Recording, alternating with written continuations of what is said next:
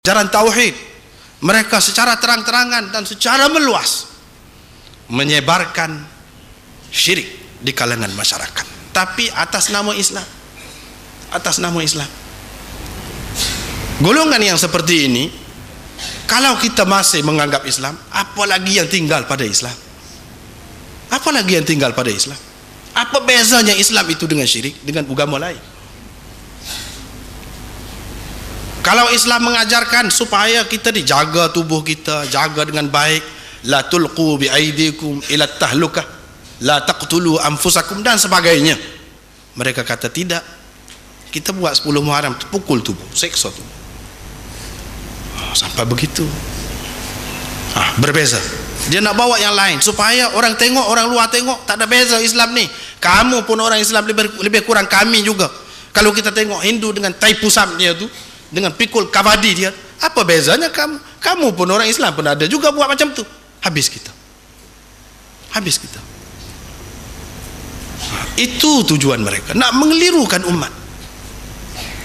Itu kesimpulan yang dapat saya buat. Baki lagi kita tengok dalam kertas kerja ini. Kita mula tengok kertas kerja ini. Sebenarnya ajaran Syiah ini dirancang oleh seorang Yahudi. Dalam sejarah dikenali dengan Ibnu Saba. Ibnu Saba, Abdullah bin Saba, seorang Yahudi yang berpura-pura memeluk agama Islam dengan sekumpulan kawan-kawannya, sahabat-sahabatnya. Tujuannya untuk memecah belahkan Islam dari dalam. Ini semua telah muncul di zaman Sayyidina Uthman, dan angkara jenayah mereka ini akhirnya Sayyidina Uthman bin Affan radhiyallahu anhu terkorban syahid. Itu adalah hasil yang pertama Syiah dalam dunia, kejayaan mereka yang pertama.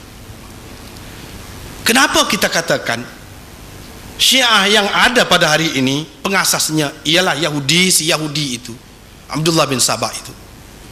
Jawabnya, karena Abdullah bin Saba membawakan fahaman yang sama dengan yang dibawa oleh Syiah hari ini. Tidak ada beza. Kalau Syiah hari ini mengatakan Ali itu ada sifat Tuhan, Abdullah bin Saba terlebih dahulu mengatakan, kalau apabila orang ceritakan kepadanya bahawa Sayyidina Ali telah dibunuh orang, dia kata, tak, mana boleh. Kalau kamu bawakan otak Sayyidina Ali itu dalam 70 pundi-pundi untuk membuktikan dia telah mati, aku tak akan terima. Mana boleh dia mati, dia Tuhan. Abdullah bin Saba mula-mula sekali mengatakan Ali itu Tuhan.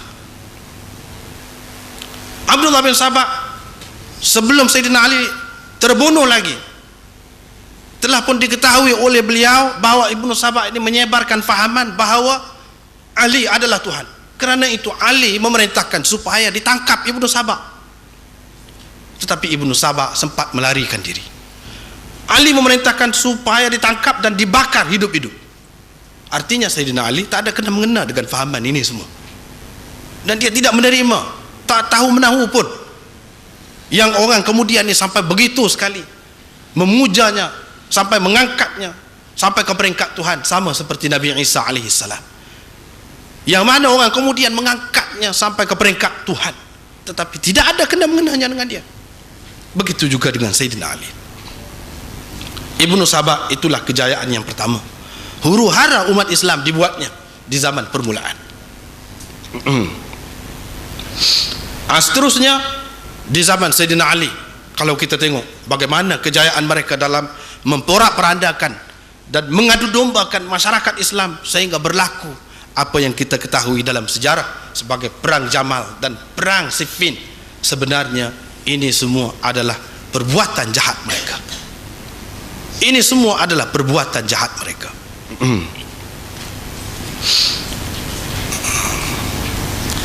Saya ini muka surat ini tak ada ya. Tak apa, kita tengok 1.1 muka surat tak ada. 1.1 akidah syirik dengan Allah.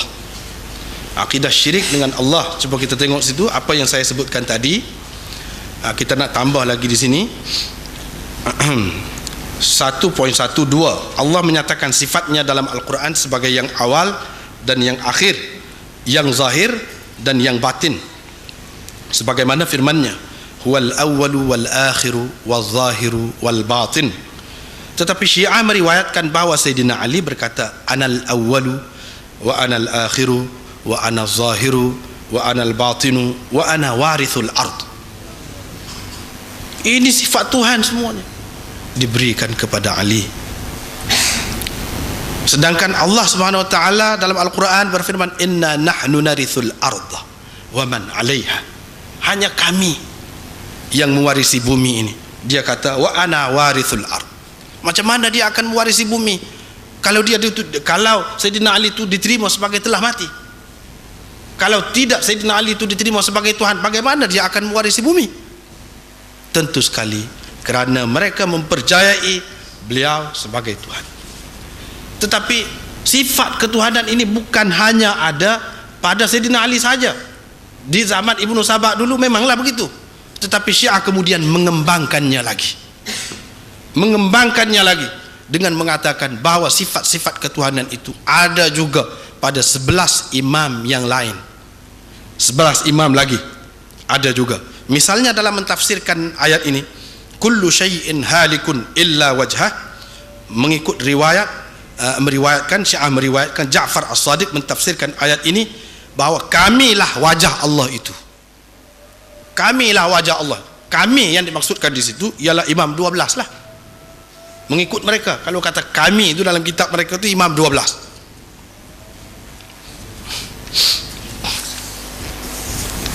Dan seterusnya banyak lagi itu konsep syirik itu. Ana tidak nak baca semualah, tengok.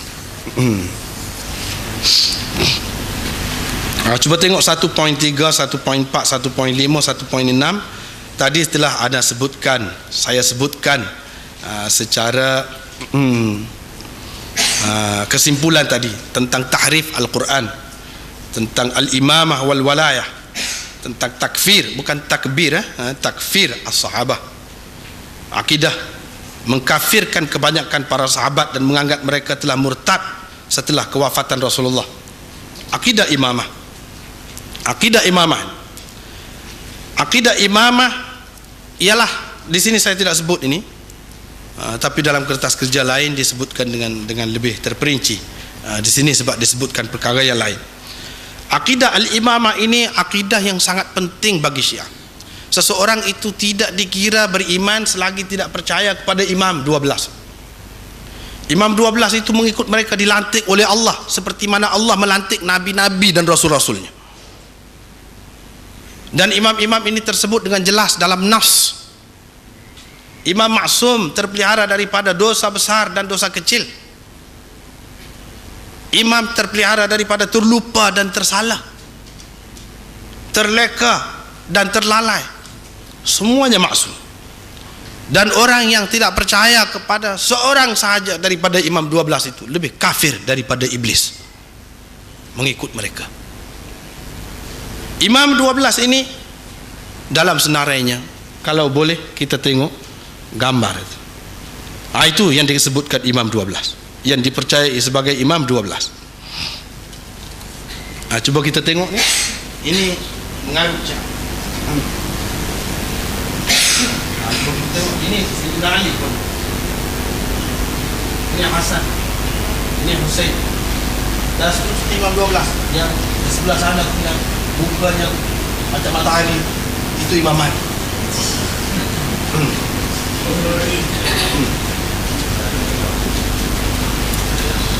Itulah Syiah tidak menjadi masalah untuk melukis, membuat patung, membuat apa, tak jadi masalah kepada mereka.